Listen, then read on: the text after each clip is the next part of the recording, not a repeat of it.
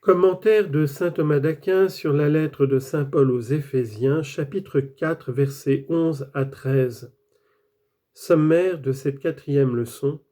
L'apôtre énumère les grâces particulières accordées aux différents membres de l'Église et explique l'utilité de ces grâces. Versets 11 à 13 de l'Épître.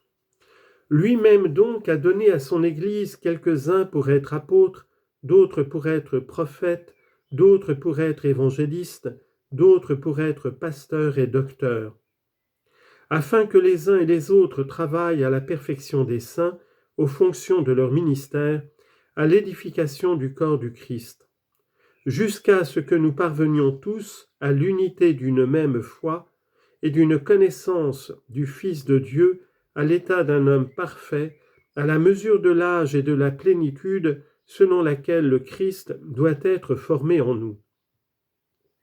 Commentaire. Saint Paul développe ici ce qu'il avait dit plus haut du don des grâces. Il montre d'abord que Dieu a accordé à chacun des fidèles des dons distincts.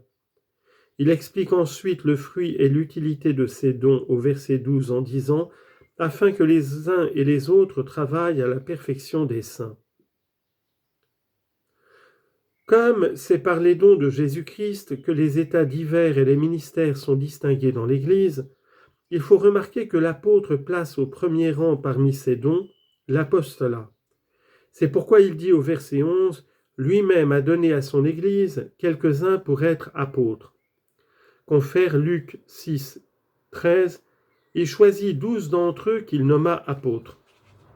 Et confère 1 Corinthiens 12, 28, car Dieu a établi dans son Église premièrement des apôtres, deuxièmement des prophètes, troisièmement des docteurs, ensuite ceux qui ont la vertu de faire des miracles. Les apôtres sont placés au premier rang parce que dans la distinction des dons de Jésus-Christ, ils furent privilégiés. Ils eurent en effet la plénitude de la grâce et de la sagesse, et quelques-uns la révélation plus complète des mystères divins. Confère Luc 24, 45, en même temps il leur ouvrit l'esprit afin qu'ils comprennent les Écritures. Marc chapitre 4, verset 11 et Luc chapitre 8, verset 10, il vous est donné à vous de connaître le mystère du royaume de Dieu. Et confère Jean 15, 15, je vous ai fait connaître tout ce que j'ai appris de mon Père. Ils eurent aussi la force de l'éloquence pour annoncer l'Évangile. Luc chapitre 21, verset 15. Je vous donnerai moi-même une bouche et une sagesse à laquelle tous vos ennemis ne pourront résister et qu'ils ne pourront contredire. Marc 16, 15. Allez partout dans le monde, prêchez l'Évangile à toute créature. Ils eurent encore la prérogative de l'autorité et de la puissance pour prendre soin du troupeau de Jésus-Christ. Confère Jean 21, verset 17, « Paissez mes brebis ». Et 2 Corinthiens 18, « La puissance que le Seigneur m'a donnée pour votre édification et non pour votre destruction ». Saint Paul place donc ici 3 ministères ecclésiastiques dans l'ordre de leur rapport avec les grâces que nous avons énumérées. Quant à la révélation des mystères, il ajoute au verset 11 d'autres prophètes qui ont été les messagers de l'incarnation de Jésus-Christ. Confère 1 Pierre 1, 10, les prophètes qui ont prédit la grâce que vous deviez recevoir. Et Matthieu 11, 13, jusqu'à Jean, tous les prophètes, aussi bien que la loi, ont prophétisé. Or, les apôtres ont prophétisé après l'avènement de Jésus-Christ les joies de la vie future. Confère Apocalypse 1, 3, « Heureux celui qui lit et écoute les paroles de cette prophétie. » Ils ont aussi expliqué les prophéties des anciens prophètes. Confère 1 Corinthiens 14, 1, « Désirez les dons spirituels, surtout celui de prophétiser. » Et Matthieu 25, verset 34, « Je vais vous envoyer des prophètes et des sages. » Quant à la prédication de l'Évangile, il dit au verset 11, « d'autres prédicateurs de l'Évangile, à qui est confié le ministère d'annoncer l'Évangile ou de l'écrire, bien qu'ils ne soient pas du nombre des premiers apôtres.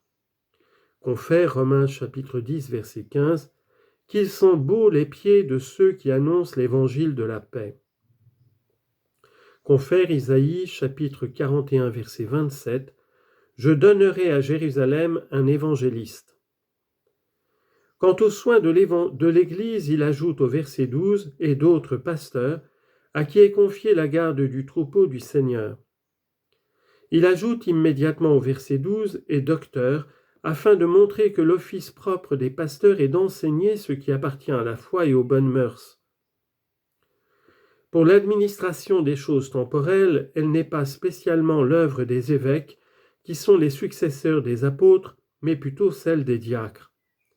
Confère Actes 6, verset 2, « Il n'est pas juste que nous laissions la parole de Dieu pour avoir soin des tables. » Tite, chapitre 1, verset 9, « Qu'il soit, l'évêque, fortement attaché aux vérités de la foi telles qu'on les lui a enseignées. » Et Jérémie 3,15, il est dit des évêques, « Je vous donnerai des pasteurs selon mon cœur, et ils vous nourriront de la doctrine et de la science. » En disant au verset 12, « Afin que les uns et les autres travaillent à la perfection des saints », saint Paul explique les effets des dons ou des ministères dont il vient de parler. Premièrement, il indique ses effets. Deuxièmement, il montre comment les fidèles peuvent y arriver, en disant au verset 14, « Afin que nous ne soyons plus des enfants. » La première se subdivise en deux. Premièrement, l'apôtre fait voir les effets prochains de ses dons. Deuxièmement, les effets éloignés au verset 13 en disant « Jusqu'à ce que nous arrivions tous à l'unité. »